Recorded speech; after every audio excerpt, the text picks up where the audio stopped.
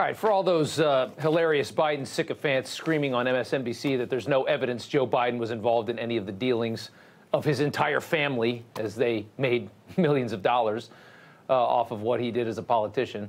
Well, House Oversight has recently uncovered that only 3 months after Joe Biden announced his run for president back in July of 2019, Hunter received a loan, in quotation marks, from one of his Chinese business associates for $250,000.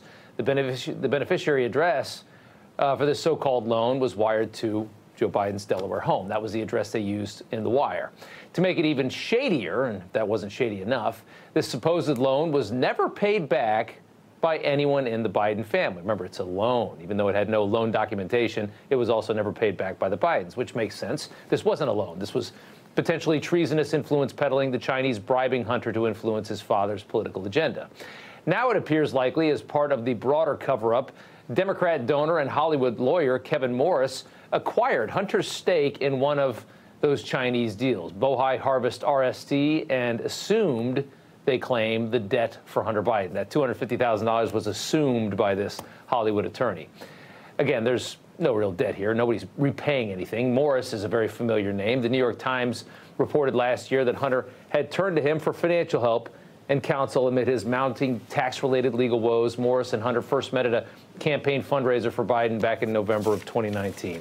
Congressman Byron Donalds is on the House Oversight Committee. They've been doing a lot of the hard work on this and exposing a lot of what we know. And, sir, it's good to have you back on. First off, the idea this is a $250,000 loan, it's not a loan. This is just a payment. They're trying to say it's a loan, and now this guy is pretending that he's assuming the payback, which I don't imagine is really going to happen. What are your thoughts? I think this is just more of what you're going to see as more information comes out about Joe Biden, his brother, and his son.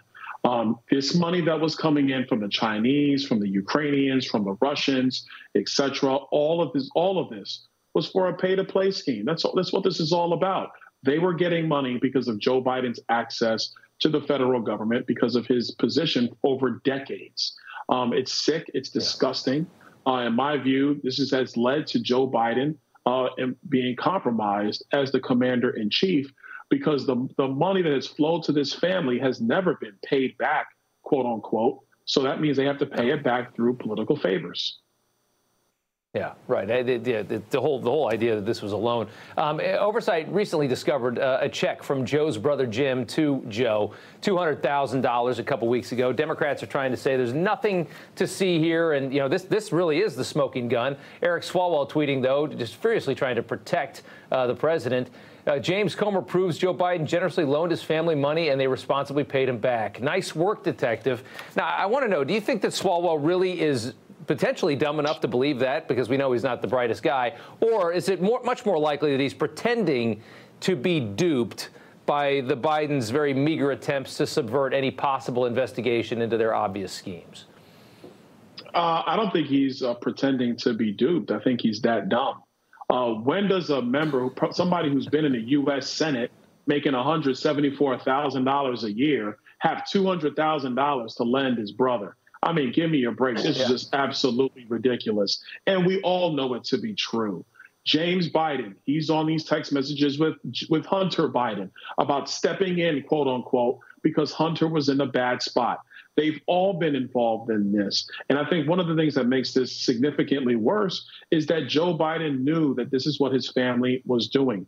They violated the Foreign Agents Registration Act. Joe Biden was well aware that they were violating that. They were taking money in through the family businesses, which frankly did no business other than give access to Joe Biden.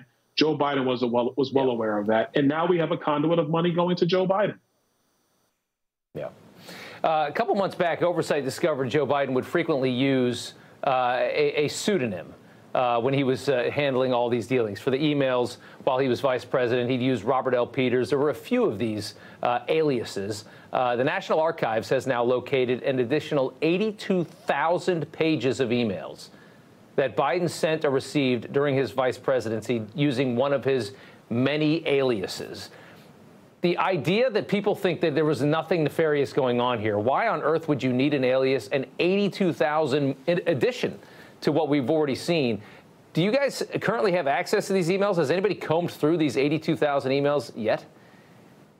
No, we don't have access yet, but we're trying to get this access. One of the roadblocks is that President Obama actually has to agree to allow access to these emails because he was the president of the United States at the time.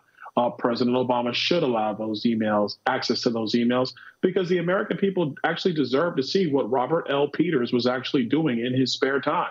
Because Robert L. Peters was not being vice president of the United States. He was being the president of Biden Inc., which was a shakedown operation that was going across the globe. So I think it's in the interest of the American people to see what Robert L. Peters was emailing back and forth with Jim Biden and Hunter Biden. Yeah, no kidding, it is. Wow. Congressman Byron Donalds, always good to have you on. Thank you. Thank you.